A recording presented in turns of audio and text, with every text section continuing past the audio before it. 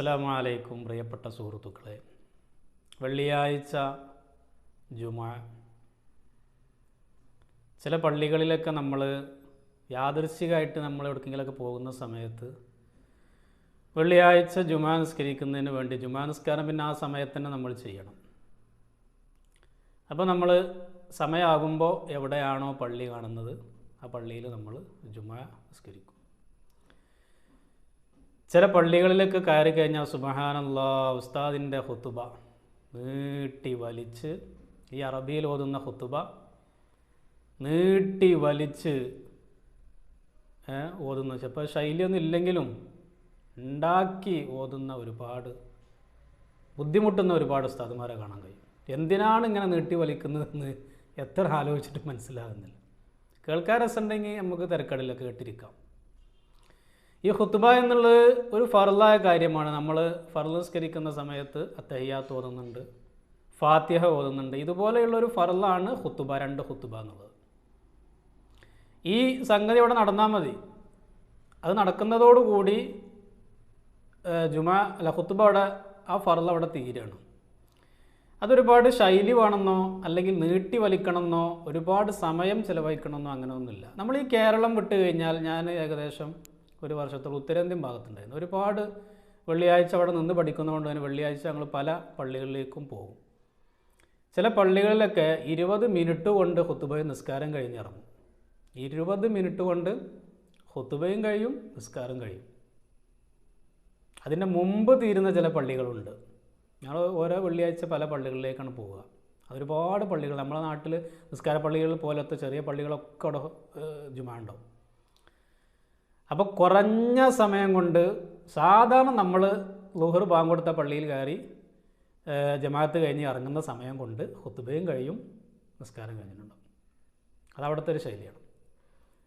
അപ്പോൾ നമ്മുടെ നാട്ടിൽ ഇത് ഒന്ന്, ഉസ്താദുമാർ ഖുതുബ നീട്ടി വലിച്ച് ഓതുന്ന ഒന്ന്, അതൊരു ബുദ്ധിമുട്ട്. മറ്റൊന്ന്, കാരണം ഇത് അറബിയിലാണ് ഓതുന്നത്, ഇതൊരു ഫർളായ കാര്യമാണ്, നടന്നാൽ മതി, ആളുകൾക്ക് തിരിയണം, മനസ്സിലാകണം എന്ന് എവിടെയും ഒരു നിബന്ധനയില്ല.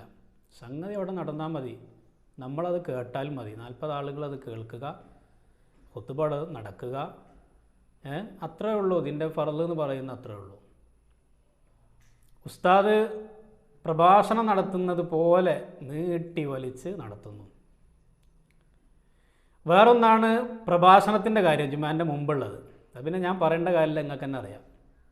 ചില ഉസ്താദുമാരത് എന്താ പറയുക, അത് ജോലി കയറുമ്പോൾ തന്നെ അത് പറയലാണ്. ഇവിടെ ഇങ്ങനെ തറപ്രസംഗമുണ്ട്. എന്നിട്ട് ഈ അർജൻറ്റായിട്ട് വന്നിരിക്കുന്ന ആളുകളെ മുഴുവനും ഉസ്താദിൻ്റെ സാഹിത്യവും ഉസ്താദിൻ്റെ അറിവ് മുഴുവനും സഹിച്ചിരിക്കണം ചില ആളുകൾ. കാരണം ഈ ഖുതുബ കഴിഞ്ഞിട്ട്, അല്ല, ഈ ജുമുഅ കഴിഞ്ഞിട്ട് വേണം അവർക്കൊക്കെ പോകാനുള്ള ആളുകളുണ്ടാവും, തിരക്കുള്ളവരൊക്കെ ഉണ്ടാവും. അതൊന്നും ഇവിടെ വിഷയമല്ല. ഉസ്താദ് ഒരു വിഷയം എഴുതി കൊണ്ടുവന്നിട്ടുണ്ട്, അത് മുഴുവൻ മൂപ്പര് വെച്ച് കാച്ചും, അത് കേട്ടിട്ട് ജുമുഅ തുടങ്ങുള്ളൂ. അത് ഒരു തലക്കൽ. ഇങ്ങനെ വെള്ളിയാഴ്ച വെറുപ്പിക്കുന്ന ഒരുപാട് പള്ളികൾ കാണാം. ഇപ്പോൾ പള്ളിയിൽ വെള്ളിയാഴ്ച നമ്മൾ ഉദ്ദേശിക്കുന്ന പള്ളിയിലല്ലാതെ വേറൊരു പള്ളി കയറി കഴിഞ്ഞാൽ നമ്മൾ കുടുങ്ങും, സത്യത്തിൽ പറഞ്ഞാൽ. കാരണം കയറി കഴിഞ്ഞു, ഇനിയിപ്പോൾ എങ്ങനെ പെടുന്ന് പോകാന്നുള്ളവർക്ക് അവിടെ ഇരിക്കും. ഇവരെ വെറുപ്പിക്കൽ മുഴുവൻ സഹിച്ചവിടെ ഇരിക്കേണ്ട വേണ്ടി വരും. അതൊന്ന്. പിന്നെ വേറൊന്നാണ്, ഈ ഖുതുബ തുടങ്ങുന്നതിന് മുമ്പ് ബാങ്ക് വിളിക്കുന്ന മുഅദ്ദിന് അതൊരു കാര്യം പറയുന്നുണ്ട്. എന്താണ് ഈ ഖുതുബ? അൽ ഖുതുബത്തു തഖൂമു മഖാമ റകഅത്തൈനി മിനൽ ഫർദ്. സാധാരണ നമ്മൾ ളുഹർ 4 റകഅത്താണ്.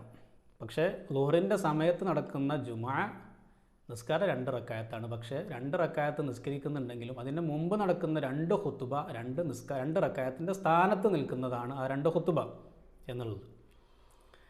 എന്നൊക്കെ മുഅദ്ദിന് പറഞ്ഞ് ഉസ്താദ് ഖത്തീബ് ഖുതുബ ഓതി ഇറങ്ങി, അങ്ങനെ മിഹ്റാബിലേക്ക് വന്ന് നിസ്കരിക്കണ സ്ഥലത്തെത്തി കഴിഞ്ഞാൽ ചില പള്ളികളിൽ ഖത്തീബുമാർ അവിടെ നിന്നൊരു പ്രത്യേക നിർദ്ദേശമാണ്.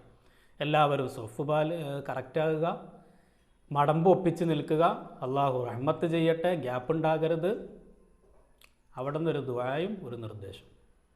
ഞാനൊന്ന് ചോദിക്കട്ടെ, ഈ ഉസ്താദ് പറഞ്ഞത് പ്രകാരം, മുഅദ്ദിൻ പറഞ്ഞത് പ്രകാരം നമ്മളിപ്പോൾ 2 റകഅത്ത് നിസ്കരിച്ചിട്ട്, അല്ലെങ്കിൽ ഈ 2 റകഅത്ത് 2 ഖുതുബ എന്നുള്ളത് 2 റകഅത്തിൻ്റെ സ്ഥാനത്താണ്.